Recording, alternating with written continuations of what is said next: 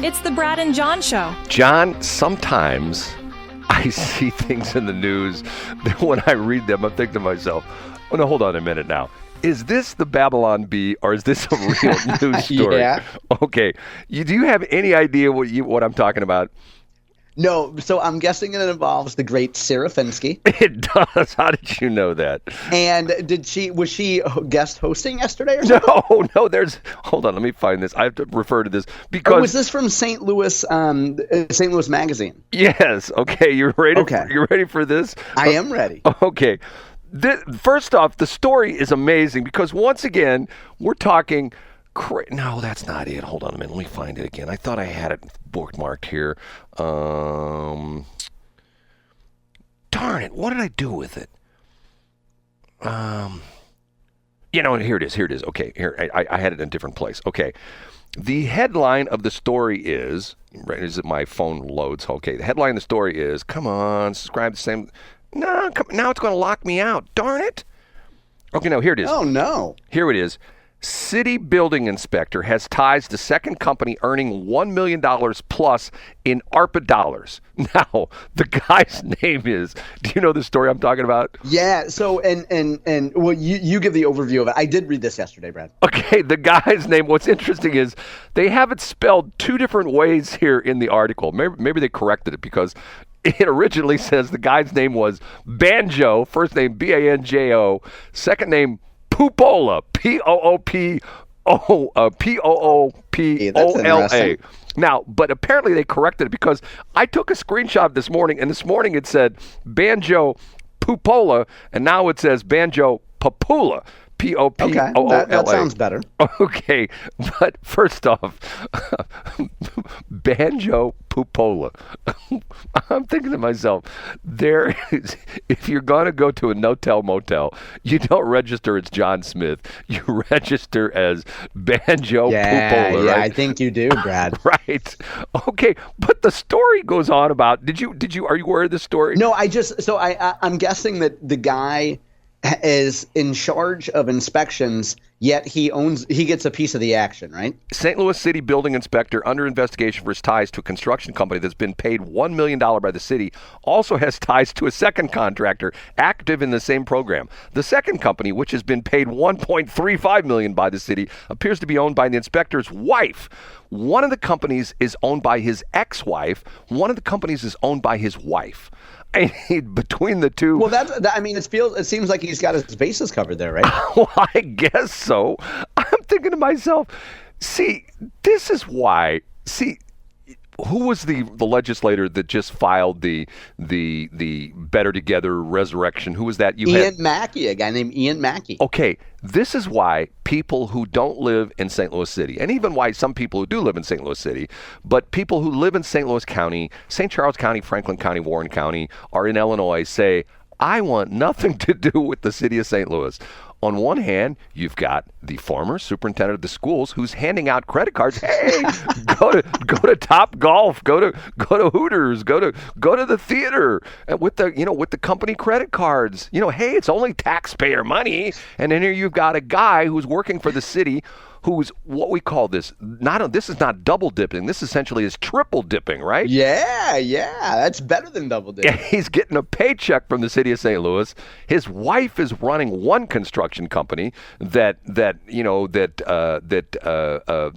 getting ARPA contracts. His ex-wife is running another construction company that's getting ARPA contracts, and he's benefiting. Now, it's interesting because this is true journalism. You read the story. I don't know if it was Sarah or there's two bylines on the I'll give the other guy credit. Ryan Krull, Krull. Okay.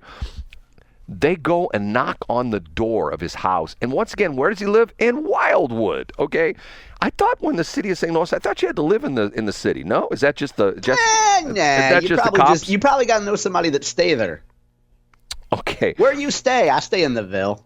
Here we go. The one, as Banjo Popoola acknowledged to SLM yesterday, a company registered to the Maryland Heights home of his ex-wife Joy is one of the program's other big recipients. That company, Farst Construction, F-A-R-S-T Construction, has earned $1.017 million from May 2023 to May 24. $1 million in a year. He suggests that his registration to his ex-wife's may have been, quote, a coincidence. Yeah. Dinky dink. Right. So they placed them under investigation. This article was written, was this yesterday's? Yes, December 12th. So this came out yesterday. Okay, so he's under and it says St. Louis County property records show that Garrett purchased a home in Wildwood with Popoola in September 2023. Sales records indicate that the two were married at the time. And I mean, you read this story, and here we go once again. It's like, is there corruption in the city? Yeah, there's corruption in the city.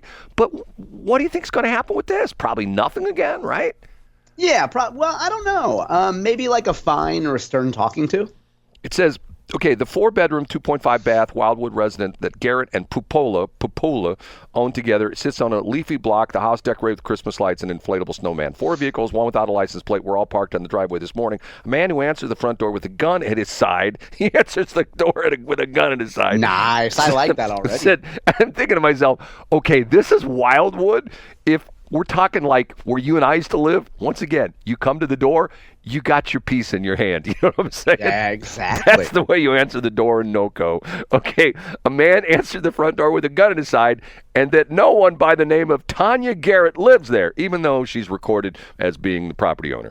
A few minutes later, a man emerged from the house and covered the purple Jeep in the driveway with a black tarp. Why would you do that? Is the car stolen or something like that? I mean, yeah, or just maybe not to call attention to the fact there's no plate on it. I don't know. I just brought the story up here too. Okay. Interesting. How in the see? I got to finish my application for news director at KWMU. Man, I'm going to shake things up over there. You really are. I mean, once again, do you know Sarah personally? Yeah, I do know her. I have talked to her one time on the phone. I called her up one day when she was at how soon you forget, Riverfront Times. Okay, I called her up one day, and I told her, I go, Sarah, you don't know who the hell I am. And she did know who I was, but it was sort of funny. And I said, you don't know who the hell I am, but I have to compliment you.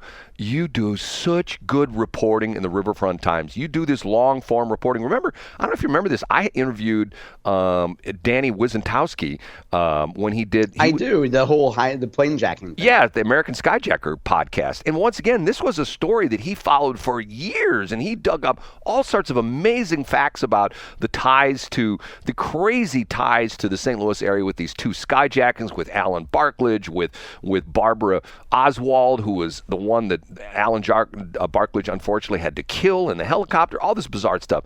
And once again, do you see this? Do you ever hear about this on St. Louis Public Radio? No. No, you don't. They got 34 reporters. What do they do all day long? You know? I mean, what do they do?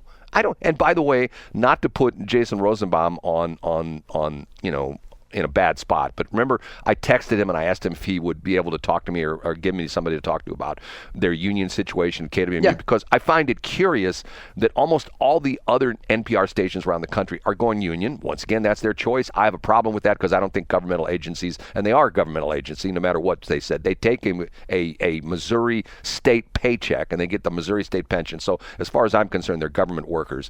Almost all the NPR stations around the country have gone with SAG-AFTRA, which is the Screen Actors Guild, American Federation of Television and Radio Artists, which makes sense. But here in St. Louis, they went with SEIU, right? And yeah, I think so. And typically, SEIU is one of the big unions in Las Vegas, which represents the casino workers, the people, essentially the maids and the people that the janitors and stuff like that. And once again, I'm thinking to myself, why would you not want to go with SAG-AFTRA? I've told you, even to the point where you vote on the Oscar awards, because as a member of SAG-AFTRA, you're one of the voters. But anyway, I never heard back from him. So I thought to myself, okay, I don't want to put him in a bad position because you're buddies with him, and I don't want to turn up the heat on that. I'm not trying to turn up the heat. I'm just trying to get somebody who would say to me, well, Brad, the reason we went with SEIU over SAG-AFTRA is, but once again, nobody will answer that question, which I think is sort of interesting. But anyway, be that as it may. But Sarah Fenske, now she's at St. Louis Magazine, so you think is this something that St. Louis Mag is going to really turn into, like investigative reporting? Is that what? Yeah, you know what? I think so I don't subscribe. I guess they have something they call a daily newsletter. And by the way, as I remind folks all the time, something is daily if it's 7 days a week.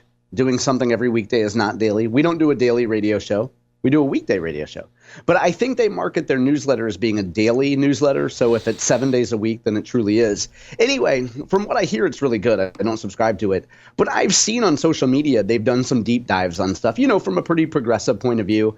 But I think they're also interested in holding officials' feet to the fire. So, for example, as we approach the mayoral race, I would see them being hard on Tashara Jones and hard on a Kara Spencer and hard on a Michael Butler and asking really tough questions, Well, but see, what do they call that? I mean, you've heard the term, what they call the fifth estate. Have you ever heard that term before? Yeah, the fourth estate. Fourth estate, the fourth estate, and that's essentially is the press.